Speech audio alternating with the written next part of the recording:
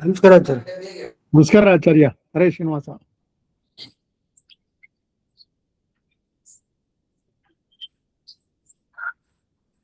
ನಮಸ್ಕಾರ ಆಚಾರ್ಯ. ನಮಸ್ಕಾರ ಆಚಾರ್ಯ.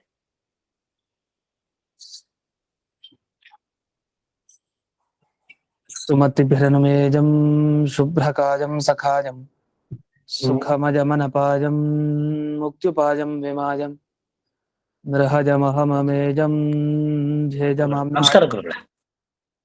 ಸದಜಮಸದಜೇಜಂ ಶ್ರೀಸಹಾಜಂ ಭಜೇಯಂ ತಪಸ್ವಾಧ್ಯಾಯ ಶುಶ್ರೂಷಾ ಕೃಷ್ಣ ಪೂಜಾರತಂ ಮುನಿಂ ವಿಶ್ವೇಶಮಿಷ್ಟದಂ ವಂದೇ ಪರಿಮ್ರಾಟ್ ಚಕ್ರವರ್ತಿನಂ ಶ್ರೀ ಗುರುಭ್ಯೋ ನಮಃ. ಹರಿ ಓಂ. ಲಕ್ಷ್ಮೀಕಾಂತಂ ಭುವರಾಹಂ ಭಜೇಹಂ ಬಾದರಾಯಣಂ ವಾದಿರಾಜಹೃದಂ ಭೋಜಮಂದಿರಂ ವಾಜಿಕಂಧರಂ ಭೀಮಸೇನಾನಂದತೀರ್ಥವಾನರೇಂದ್ರಾನಹಂ ಭಜೆ ವಾದಿರಾಜಗುರೂನ್ ವಂದೇ ವೇದವೇದ್ಯಗುರೂನ್ ಭಜೆ ಗುರೂನ್ ವೇದನಿಧೀನ್ ವಂದೇ ನಾರಸಿಂಹಗುರೂನ್ ಭಜೆ ವಂದೇ ನಾರಾಯಣಾಚಾರ್ಯಾನ್ ಕರ್ಣಾದಿಗಣಸೇವಿತಾನ್ ವಂದೇ ವೃಂದಾವನಾಚಾರ್ಯಾನ್ ಹಯಗ್ರೀವಮುನೀನ್ ಭಜೆ ಶೇಷ ಸೀತಾಪತಿವ್ಯಾಸಾನ್ ಪ್ರಣಮಾಮಿ ಗುರುಪ್ರಿಯಾನ್ ವೃಂದಾವನಾದ್ಯ ಸಂಪ್ರಾಪ್ತ ಜ್ಞಾನೈಶ್ವರ್ಯಾನಹಂ ಸದಾ ರಘುಪ್ರವೀರಾಖ್ಯ ಗುರೂನ್ ಭಜೆ ಜ್ಞಾನಾದಿಸಿದ್ಧಯೇ ಶ್ರೀಮದ್ ವೃಂದಾವನಾಖ್ಯಾನಂ ವ್ಯಾಖ್ಯಾನೆ ಮಂದಧೀರಹಂ ಯದ್ಯಪ್ಯನಧಿಕಾರ್ಯಸ್ಮಿನ್ ತಥಾಪಿ ಗುರುವಾಕ್ಯತಃ ಮಯಾ ಯದಲ್ಪಂ ವಿಜ್ಞಾತಂ ತತ್ಸ್ಮೃತ್ಯರ್ಥಂ ನಿರೂಪ್ಯತೆ ಸಂತಃ ಸಂತು ಕೃಪಾವಂತೋ ಗುರುರಾಜಪದಾಶ್ರಯಾಃ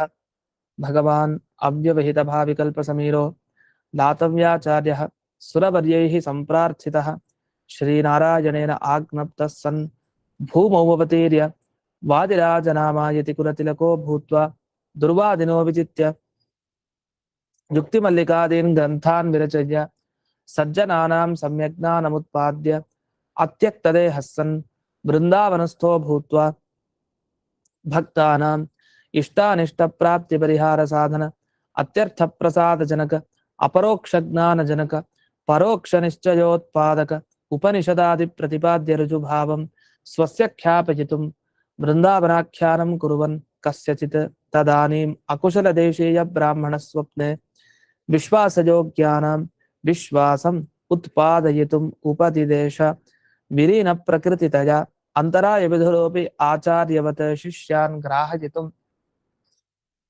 ಗ್ರಂಥಾದೋ ಮಂಗಲಮಾಚರತಿ ಹಯಗ್ರೀವೇತ್ಯಾದಿನಾ ಹಯಗ್ರೀವಂ ಚಿದಾನಂದ ವಿಗ್ರಹಂ ಸದನುಗ್ರಹಂ ದಶಗ್ರೀವಚ್ಛಿದಂ ಶಾಪಾನ್ ಮಣಿಗ್ರೀವ ವಿಮೋಚನಂ.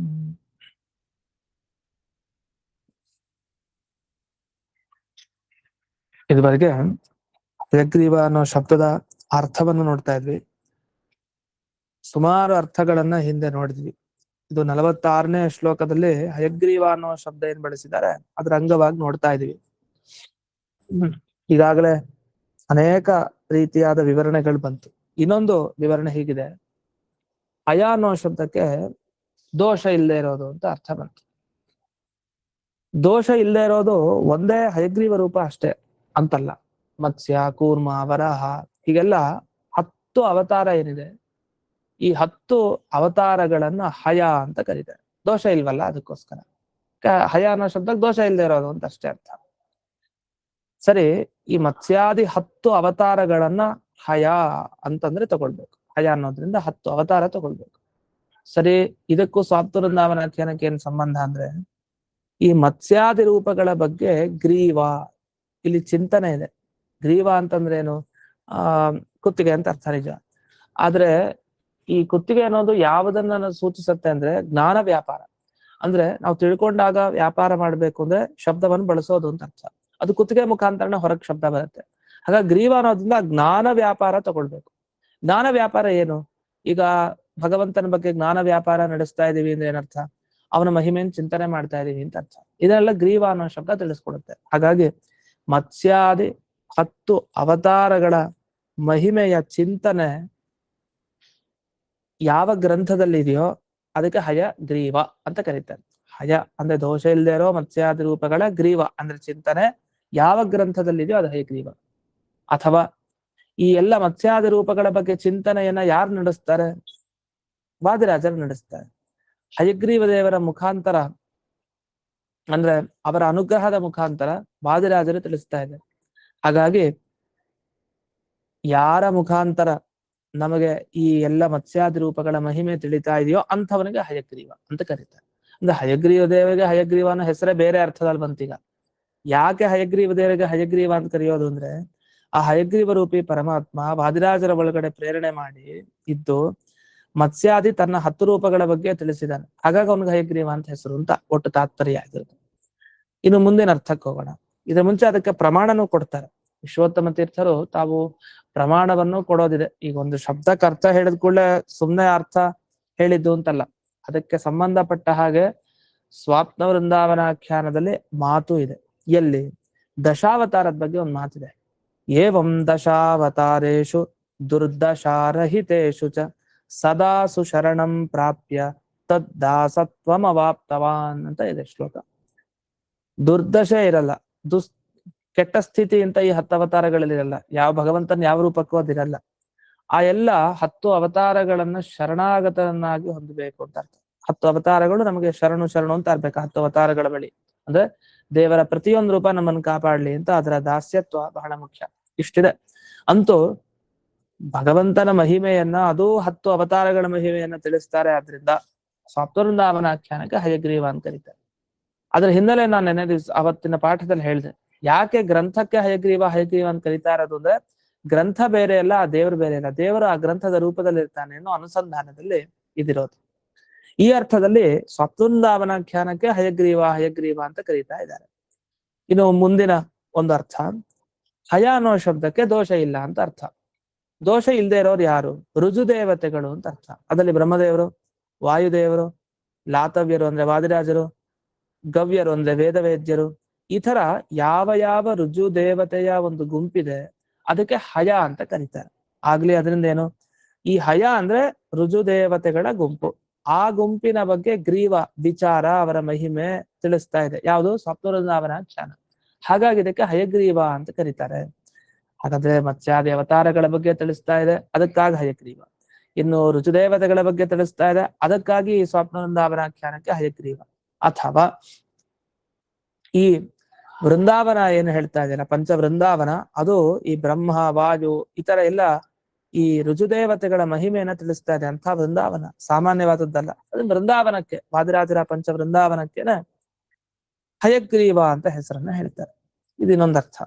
ಇನ್ನು ಇನ್ನೊಂದು ಒಳ್ಳೆ ಅರ್ಥವನ್ನು ತಿಳಿಸ್ತಾರೆ. ಏನಂದ್ರೆ, ಹಯ ಅಂತಂದ್ರೆ ಯಾವುದೇ ದೋಷ ಇಲ್ಲದೆ ಇರೋರು ಅಂತ ಅರ್ಥ. ಯಾರು?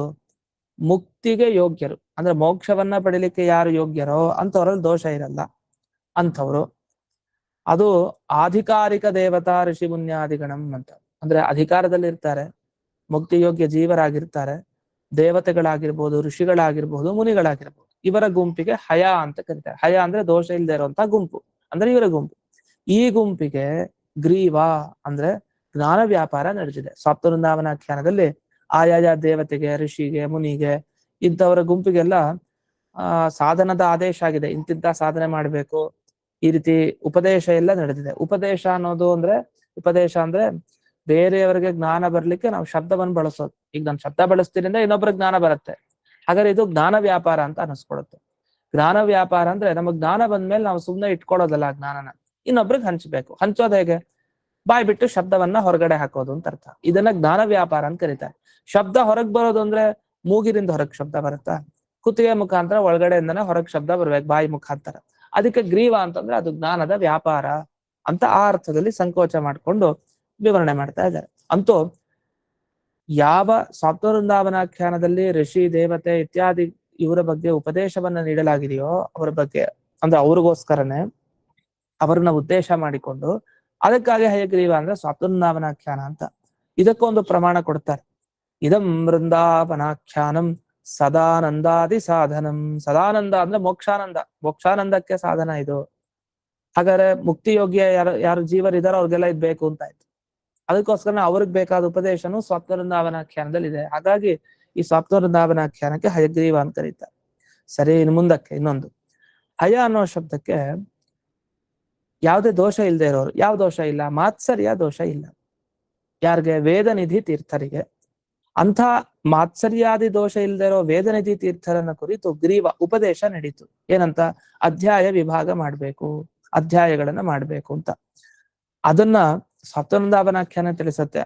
ಅಧ್ಯಾಯಾನ್ ಗುರುಪದ್ಯಾನಾಂ ಸ್ವಾಧ್ಯಾಯಾನ್ ನವೀನಾಪ್ಯನು ಅಂತ ಅದಕ್ಕೆ ಪ್ರಮಾಣನೂ ಇದೆ. ಹೀಗೆ ಆಜ್ಞೆ ಆಯ್ತು ವೇದನಿಧಿ ತೀರ್ಥರಿಗೆ ಅಧ್ಯಾಯದ ಒಂದು ಕಾರಣ ಅಧ್ಯಾಯ ಮಾಡಬೇಕು ಅಂತ ವಿಭಾಗವನ್ನ. ಈ ರೀತಿ ಆದೇಶ ಎಲ್ಲಿ ಇದೆಯೋ ಅದು ಸ್ವಾತ್ಮವೃಂದಾವನಾಖ್ಯಾನ. ಅಂತಹ ಸ್ವಾತ್ಮವೃಂದಾವನಾಖ್ಯಾನಕ್ಕೆ ಹಯ ಗ್ರೀವ. ಹಯ ಅಂದ್ರೆ ವೇದನಿಧಿ ತೀರ್ಥರು ಅಂತ ಅರ್ಥ. ಈಗ ಆ ವೇದನಿಧಿ ತೀರ್ಥರನ್ನು ಕುರಿತು ಗ್ರೀವ ಅಂದ್ರೆ ಉಪದೇಶ ಆಗಿದೆ ಅಂತ ಅರ್ಥ. ಎಲ್ಲಿ? ಸ್ವಾತ್ಮವೃಂದಾವನಾಖ್ಯಾನದಲ್ಲಿ. ಹಾಗಾದ್ರೆ ಒಂದು ಹಯ ಅನ್ನೋ ಶಬ್ದ ಇಟ್ಕೊಂಡಾಗ ಎಷ್ಟೆಷ್ಟು ಅರ್ಥ ಹೊಳಿತಾ ಇದೆ ನೋಡಿ. ಹಯ ಅನ್ನೋ ಶಬ್ದಕ್ಕೆ ಮೊದಲು ಸರಿಯಾಗಿ ಅರ್ಥ ಆಗ್ಬೇಕು ನಮ್ಗೆ.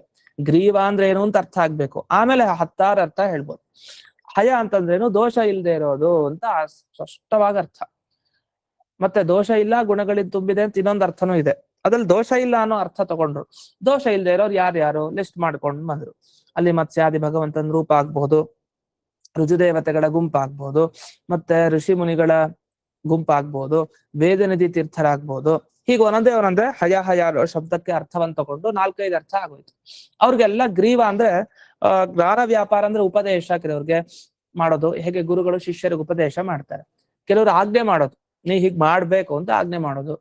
ಕೆಲವ್ರಿಗೆ ಕೇಳ್ಕೊಡೋದು, ಹೀಗ್ ಮಾಡಿ ಅಂತ. ಹೀಗೆ ಒಂದೊಂದೊಂದೊಂದು ವ್ಯಾಪಾರ. ಅದೆಲ್ಲ ಜ್ಞಾನಕ್ಕೆ ಸಂಬಂಧಪಟ್ಟಿದ್ದ ವ್ಯಾಪಾರ. ಇದನ್ನೆಲ್ಲ ಕುತ್ತಿಗೆ ಗ್ರೀವ ಅನ್ನೋದ್ರಿಂದ ಸೂಚನೆ ಮಾಡ್ತಾ ಇದ್ದಾರೆ. ಇಷ್ಟ ಆಯ್ತು. ಇನ್ನು ಮುಂದೆ ಇನ್ನೊಂದು ಹಯ ಅಂದ್ರೆ ವೇದನಿಧಿ ತೀರ್ಥರು ಅಂತಾರೆ ಮತ್ತೆ ಅರ್ಥ. ಅವರಿಗೆ ಏನು ಉಪದೇಶ ಕೊಡ್ತಾ ಇದ್ದಾರೆ ಅಂತಂದ್ರೆ ಜ್ಞಾನಿ ವೃದ್ಧತ್ವ ಅಂಗೀಕಾರ ವಿಷಯ. ವೃದ್ಧಂ ಅಂಗೀಕುರು ಪ್ರಿಯ ಅಂತ ಹೇಳಿ ಈ ಜ್ಞಾನಿ ವೃದ್ಧತ್ವ ಅಂತ, ಜ್ಞಾನಿಗಳಲ್ಲಿ ವೃದ್ಧರು ಅಂತ ಅರ್ಥ. ಅಂದ್ರೆ ಶ್ರೇಷ್ಠರು, ಹಿರಿಯರು ಅಂತ ಅರ್ಥ.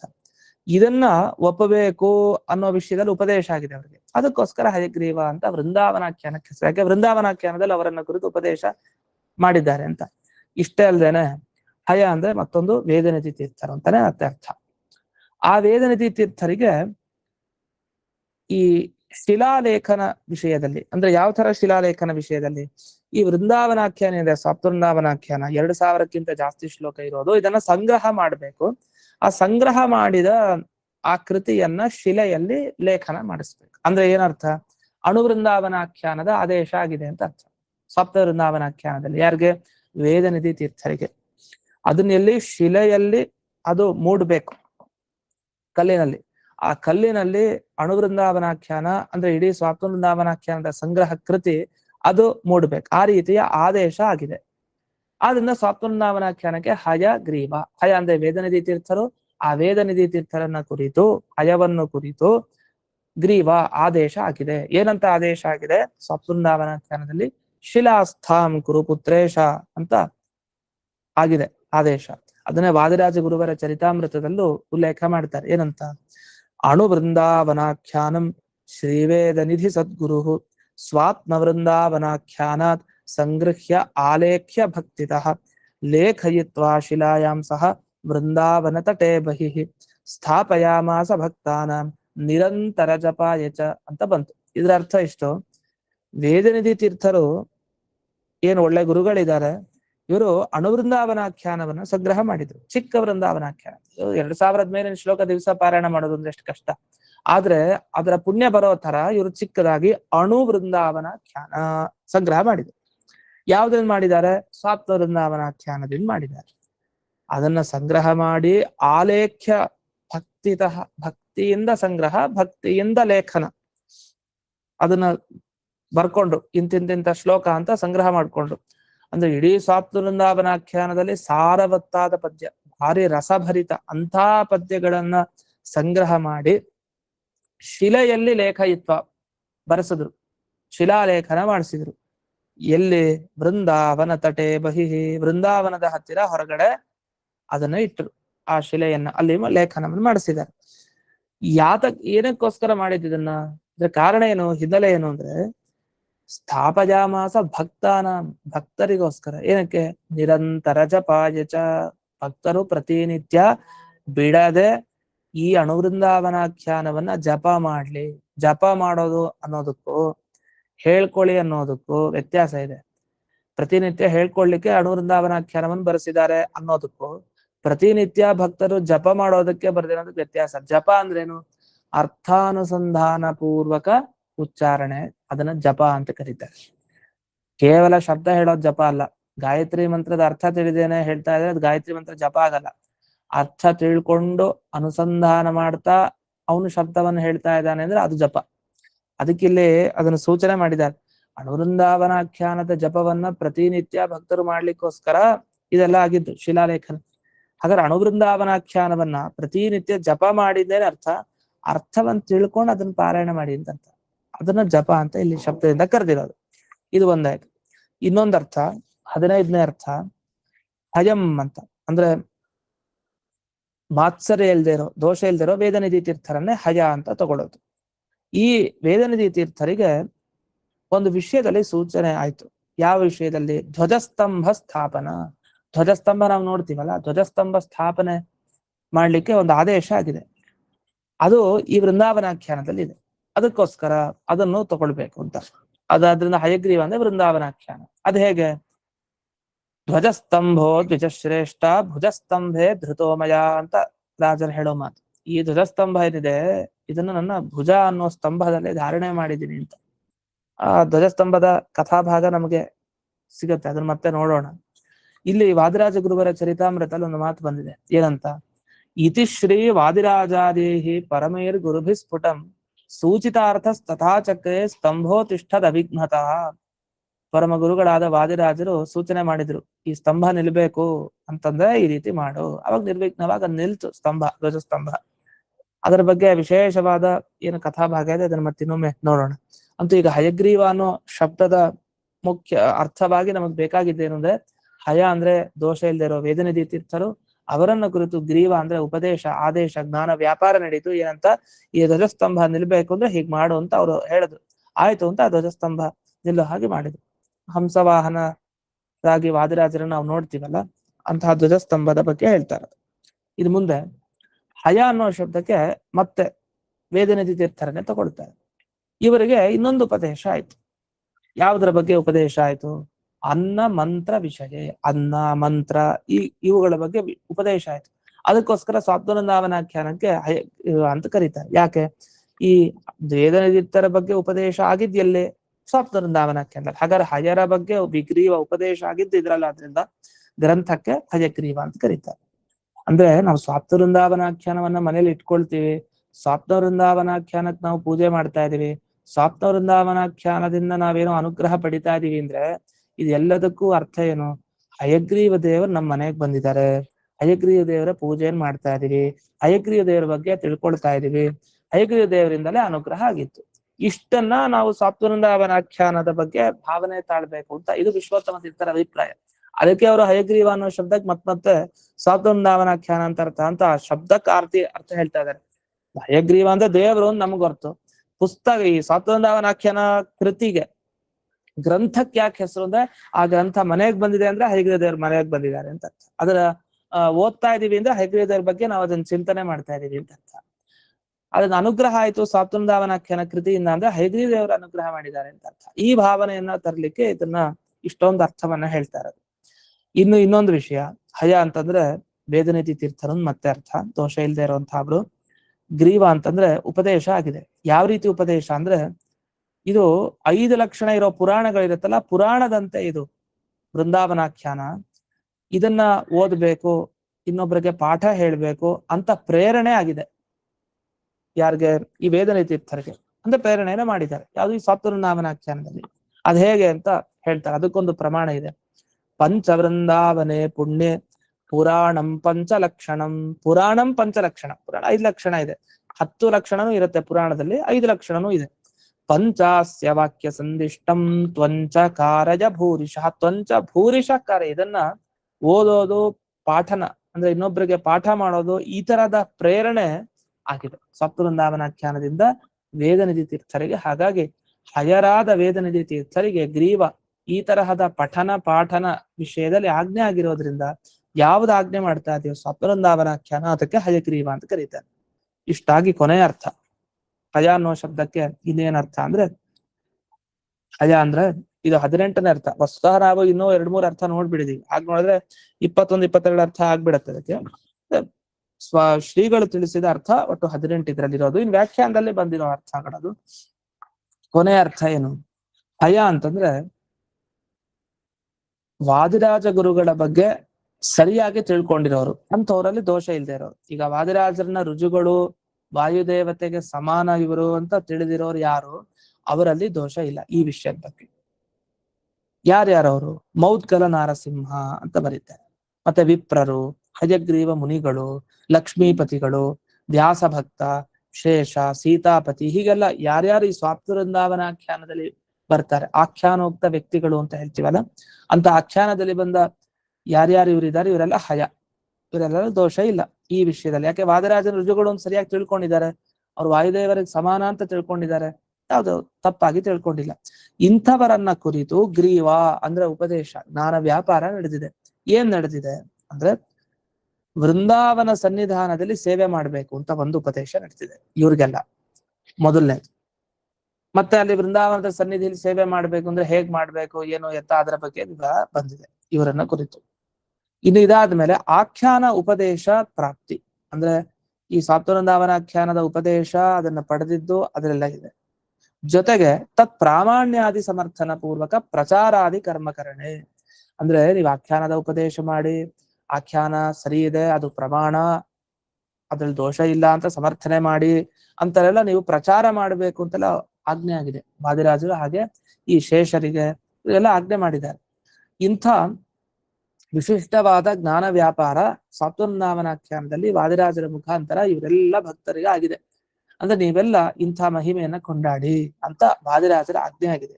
ಈ ರೀತಿ ನೋಡಿದಾಗಲೂ ಹಯರನ್ನ ಕುರಿತು, ಹಯ ಅಂತಂದ್ರೆ ಈಗ ಸುಮಾರು ಜನ ಆಯ್ತು, ಒಬ್ರಲ್ಲ ಇಬ್ರಲ್ಲ, ಸ್ವಾಪ್ತವೃಂದಾವನಾಖ್ಯಾನದಲ್ಲಿ ಬಂದ ಈ ಎಲ್ಲ ಭಕ್ತರು, ಈ ಭಕ್ತರ ಗುಂಪು, ಈ ಎಲ್ಲ ಭಕ್ತರ ಗುಂಪಿಗೆ ಗ್ರೀವ ಉಪದೇಶ ಯಾವ ಗ್ರಂಥದಲ್ಲಿ ಆಗಿದೆಯೋ ಅದಕ್ಕೆ ಹಯ ಗ್ರೀವ ಅಂತ ಕರೀತಾರೆ, ಅಂದ್ರೆ ಸ್ವಾಪ್ತವೃಂದಾವನಾಖ್ಯಾನ.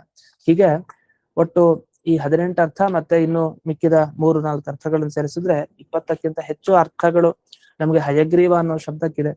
ಇದರೆಲ್ಲದರ ಅಭಿಪ್ರಾಯ ಏನು ಅಂದ್ರೆ ಒಂದೇ, ಸ್ವಾಪ್ತವೃಂದಾವನಾಖ್ಯಾನ ಅಂದ್ರು, ಹಯಗ್ರೀವ ಅಂದ್ರು, ಸ್ವಾಪ್ತವೃಂದಾವನಾಖ್ಯಾನ ಅಂದ್ರು, ಆ ಪಂಚವೃಂದಾವನ ಅಂದ್ರು, ಸ್ವಾಪ್ತ ವೃಂದಾವನಾಖ್ಯಾನ ಅಂದ್ರು, ವಾದಿರಾಜರು ಅಂತಂದ್ರು, ಇದೆಲ್ಲ ಒಂದೇ ಅನ್ನೋ ರೀತಿಯಲ್ಲಿ. ಒಂದೇ ಅಂದ್ರೆ ಅರ್ಥ ಜಡವಾದ ಶಬ್ದಗಳನ್ನ ಭಗವಂತ ಆ ಜಡವಾದ ಶಬ್ದ ಒಂದೇ ಅಂತ ಹೇಳ್ತಾ ಇದಾರೆ ಅಂದ್ರೆ ಹಾಗಲ್ಲ. ಸ್ವಾಪ್ತವೃಂದಾವನಾಖ್ಯಾನ ಅಂದ್ರೆ ನಿಮಗೆ ನೆನಪಾಗ್ಬೇಕು, ಈ ಗ್ರಂಥ ಇದು ವಾದಿರಾಜರೇ ಈ ರೂಪದಲ್ಲಿ ಬಂದಿದ್ದಾರೆ, ಪಂಚವೃಂದಾವನವೇ ನಮ್ಮ ಮನೆಗೆ ಬಂದಿದೆ ಈ ರೂಪದಲ್ಲಿ, ಹಯಗ್ರೀವರೇ ಈ ರೂಪದಲ್ಲಿ ಬಂದಿದ್ದಾರೆ ಅನ್ನೋ ಭಾವನೆ ಅನುಸಂಧಾನದಿಂದ ಈ ಗ್ರಂಥವನ್ನು ನೋಡ್ಬೇಕು ಅಂತ. ಈ ದೃಷ್ಟಿಯಿಂದ ಈ ಸ್ವಾಪ್ತವೃಂದಾವನಾಖ್ಯಾನದ ಒಂದು ಮಹಿಮೆಯನ್ನ ಹಯಗ್ರೀವ ಅನ್ನೋ ಶಬ್ದದ ಮುಖಾಂತರ ಇಲ್ಲಿ ವಿಶ್ವೋತ್ತಮ ತೀರ್ಥರು ತಿಳಿಸಿದ್ದು. ಇದನ್ನ ನಾವು ನೋಡಿದೀವಿ, ಇಷ್ಟು ಅರ್ಥಗಳನ್ನ. ಈ ಅರ್ಥಗಳನ್ನ ಪ್ರತಿನಿತ್ಯ ಅನುಸಂಧಾನ ಮಾಡ್ಬೇಕು, ಅಂಥ ವಿಶೇಷವಾದ ಅರ್ಥ. ಇದ್ರ ಜೊತೆಗೆ ಮುಂದಕ್ಕೆ ಹೋಗೋಣ. ಇಲ್ಲಿಗೆ ನಾವು ಆ ಹಯಗ್ರೀವ ಸಮಗ್ರಾಂಗ ಅನ್ನೋ ಶ್ಲೋಕದಲ್ಲಿ ಹಯಗ್ರೀವ ಅನ್ನೋ ಶಬ್ದದ ಅನೇಕ ಅರ್ಥಗಳನ್ನು ತಿಳ್ಕೊಂಡ್ವಿ. ಇನ್ನು ವೃಂದಾವನ ಅನ್ನೋ ಶಬ್ದ ಯಾವೆಲ್ಲಾರು ಬಂದಾಗ ಆ ವೃಂದಾವನ ಶಬ್ದದ ವಿಶೇಷಾರ್ಥ ಏನ್ ಹೇಳಿದ್ದಾರೆ ವಿಶ್ವೋತ್ತಮ ತೀರ್ಥರು, ಆ ಅರ್ಥವನ್ನ ಅಲ್ಲಿ ತಿಳ್ಕೊಳ್ಳೋಣ. ಮುಂದಕ್ಕೆ ಹೇಗೆ ಹೋಗೋಣ, ಮುಂದನೆ ವೃಂದಾವನ ಅಂತ ಬರುತ್ತೆ, ಅವಾಗ ನೋಡೋಣ. 2 ಪದ್ಯ ಪೂರ್ಣ ಅರ್ಥ ನೋಡಿ ಆಮೇಲೆ ಅದಕ್ಕೆ ಬರೋಣ. 47ನೇ ಶ್ಲೋಕ. ಈಗ ಇದು ದೀರ್ಘ ಶ್ಲೋಕ, ಇದು ಚಿಕ್ಕದಲ್ಲ, ಇದು ತ್ರಿಷ್ಟುಪ್ ಛಂದಸ್ನಲ್ಲಿ ಇರುತ್ತೆ. ಅಂದ್ರೆ ಮಧ್ಯ ವಿಜಯ ಶ್ಲೋಕಗಳೆಲ್ಲ ಇರುತ್ತಲ್ಲ, ಮಧ್ಯ ವಿಜಯ ಅನುಷ್ಟುಪ್ಪು ಇದೆ, ಮಧ್ಯಕ್ಕೆ ಎಲ್ಲ ಕಾಂತಾಯ ಕಲ್ಯಾಣ ಮೊದಲನೇ ಸರ್ಗ ಪ್ರಸಿದ್ಧ, ಅಂತಹ ಪದ್ಯಗಳು ಹೇಗಿರುತ್ತಲ್ಲ ಆ ಥರ. ವಂದೇರವಿಂದ ನಯನಂ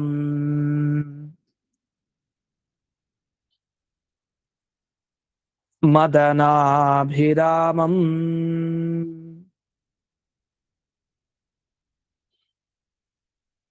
ಮಂದಾಕಿನೀಧರ ಮುಖೈಃ ಹೃದಶೈಃ ಸುವಂದ್ಯಂ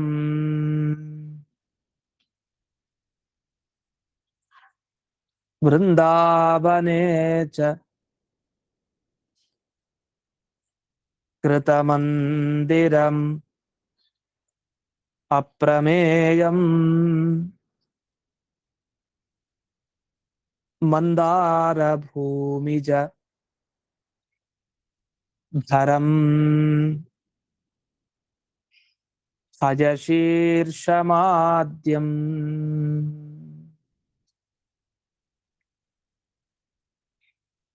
ಇನ್ನು ಮುಂದಿನ ಶ್ಲೋಕ.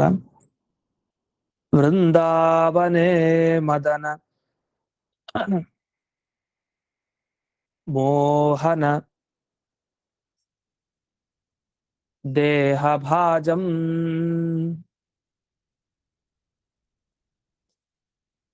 ಮಂದಾರಮಾಲ್ಯಕೃತ ಪೂಜಕ ವಾದಿರಾಜಂ.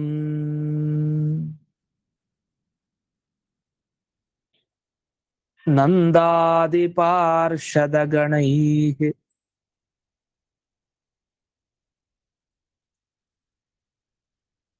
ನುತದೇವರಾಜಂ.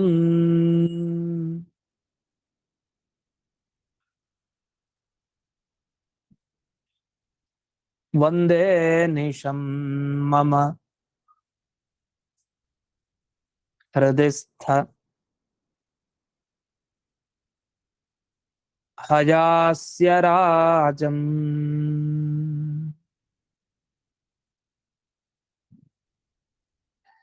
ಎರಡು ಶ್ಲೋಕಗಳಲ್ಲಿ ಏನು ವರ್ಣನೆ ಮಾಡಿದ್ದಾರೆ ಅನ್ನೋದಕ್ಕಿಂತ ಮುಂಚೆ ಶ್ಲೋಕಗಳನ್ನು ಗಮನಿಸಿ. ಎಲ್ಲ ಪ್ರಾಸ ತುಂಬಾ.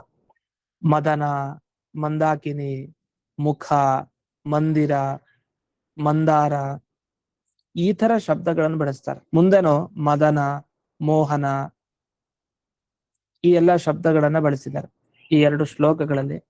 ಎಲ್ಲ ಮತ್ತೆ ಮತ್ತೆ ಮಕಾರದಿಂದ ಆರಂಭ ಆಗುವಂತ ಶಬ್ದಗಳನ್ನು ಒಂದು ಕಡೆ ನೋಡಿದ್ರೆ, ಇನ್ನೊಂದು ನಯನಂ ವಂದೇ ರವಿಂದ ನಯನಂ ಮದನಾಭಿರಾಮಂ, ಆಮೇಲೆ ಮಂದಾಕಿನಿ ಧರ ಮುಖೈ ಸ್ತ್ರಿದಶೈ ಸುವಂದ್ಯಂ ಅಂ ಅಂ ಅಂ ಅಂತ ಅದು ಆ ತರ ಬರುತ್ತೆ.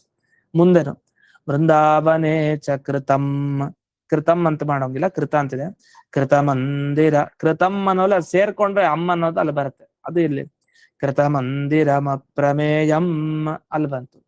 ಮಂದಾರ ಭೂಮಿಜ ಧರಂ ಅಜ ಶೀರ್ಷ ಮಾಧ್ಯಂ ಅಂತ ಬಂತು. ಮುಂದಿನ ಶ್ಲೋಕದಲ್ಲೂ ಹಾಗೇ ಬರುತ್ತೆ, ನೀವು ಗಮನಿಸಿದೆ. ಬೃಂದಾವನೆ ಮದನ ಮೋಹನ ದೇಹ ಭಾಜಂ ಮಂದಾರ ಮಾಲ್ಯಕೃತ ಪೂಜಕವಾದಿರಾಜಂ ಅಂತ ಬಂತು. ಆಮೇಲೆ ನುತ ದೇವರಾಜಂ ಮಮ ಹೃದಯಸ್ಥ ಹಯಾಸ್ಯ ರಾಜಂ ಅಂತ. ಇದು ವಾದಿರಾಜರ ಶೈಲಿ, ಅದು ಹಾಗೆ ಶ್ಲೋಕಗಳು. ಮತ್ತಿನ್ನೊಂದು ಪ್ರಾಸ ಇಲ್ಲೊಂದು ಏನಿದೆ ಅಂದ್ರೆ, ದೇಹ ಭಾಜಂ ಈ 48ನೇ ಶ್ಲೋಕದಲ್ಲಿ ಭಾಜಂ ವಾದಿರಾಜಂ ರಾಜ ಭಾಜ ದೇವರಾಜ ಹಯಾಸ್ಯ ರಾಜ ಅಂತ ಎಷ್ಟು ರಾಜ ಬಂದಾಯ್ತು. ದೇವರಾಜ, ಹಯಾಸ್ಯ ರಾಜ, ವಾದಿರಾಜ, ಭಾಜ ಅಂತ ಒಂದೊಂದು ದೇಹ ಭಾಜ ಅಂತ ಬಂತು. ಹೀಗೆ ಈ ಪ್ರಾಸಬದ್ಧವಾದ ಈ ಪದ್ಯಗಳ ಅರ್ಥ ಏನು ಅನ್ನೋದನ್ನ ಮತ್ತೆ ನಾಳೆ ದಿವಸ ನೋಡೋಣ ಅಂತ ಹೇಳ್ತಾ ಇಂದಿನ ಪಾಠವನ್ನ ಸ್ಪಂದ ಗುರುವಂತರ್ಗತ ವ್ಯಾಸರಾಜ ಗುರುವಂತರ್ಗತ ಭಾರತೀಯ ನಮಸ್ಕಾರ ಆಚಾರ್ಯ. ಶ್ರೀಮನ್ಮೂಲ ಗೋಪಾಲಕೃಷ್ಣನಿಗೆ ಅರ್ಪಣೆಯನ್ನು ಮಾಡ್ತೀನಿ. ಶ್ರೀಕೃಷ್ಣ. ವಿಶ್ವೋತ್ತಮ ತೀರ್ಥರು ಬರೆದಿರೋದು ವ್ಯಾಖ್ಯಾನ ಹಯಗ್ರೀವ ದೇವ್ರದ್ದು, ಅದು ಕಳಿಸ್ತೀರಾ PDF? ನಮಸ್ಕಾರ ಆಚಾರ್ಯ. ಯಾವ್ದು ಇದ ವಿಶ್ವೋತ್ತಮ ತೀರ್ಥರು ಹಯಗ್ರೀವ ಶಬ್ದಕ್ಕೆ ವ್ಯಾಖ್ಯಾನ ಮಾಡಿ 18-20 ಅರ್ಥಗಳು ಕೊಟ್ಟಿದಾರಲ್ಲ, ಪೋಸ್ಟ್ ಮಾಡಿ ಆಚಾರ್ಯ. ಅದು ಪೋಸ್ಟ್ ಮಾಡ್ತೀರಾ ಇದಕ್ಕೆ ಗ್ರೂಪ್? ಸಂಸ್ಕೃತದಲ್ಲಿ ಇದೆ, ನಿಮ್ಗೆ ಅರ್ಥ ಆಗತ್ತಲ್ವಾ? ಇಲ್ಲ, ಆಗತ್ತೆ ಆಚಾರ್ಯ, ದಯವಿಟ್ಟು ಕಳಿಸಿ. ಆಯ್ತು. ನಮಸ್ಕಾರ ಆಚಾರ್ಯ. ನಮಸ್ಕಾರ ಆಚಾರ್ಯ. ನಮಸ್ಕಾರ ಗುರುಗಳಿಗೆ. ನಮಸ್ಕಾರ ಗುರುಗಳಿಗೆ.